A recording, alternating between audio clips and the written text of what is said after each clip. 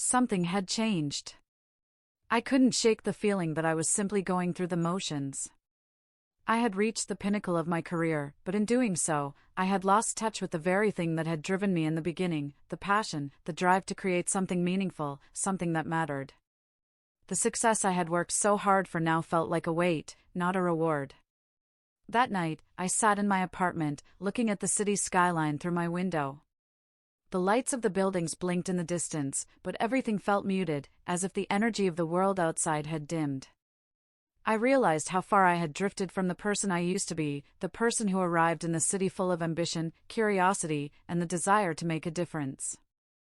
I had chased success, but in doing so, I had forgotten why I started chasing it in the first place.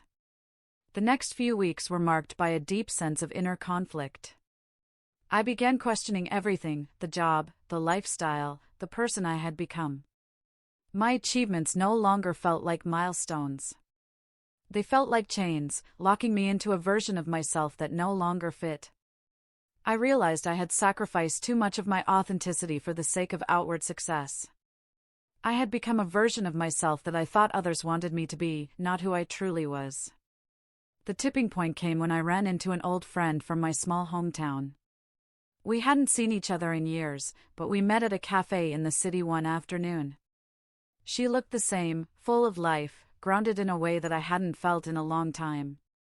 She was still living in our small town, working at the local library, and was so genuinely happy in her life.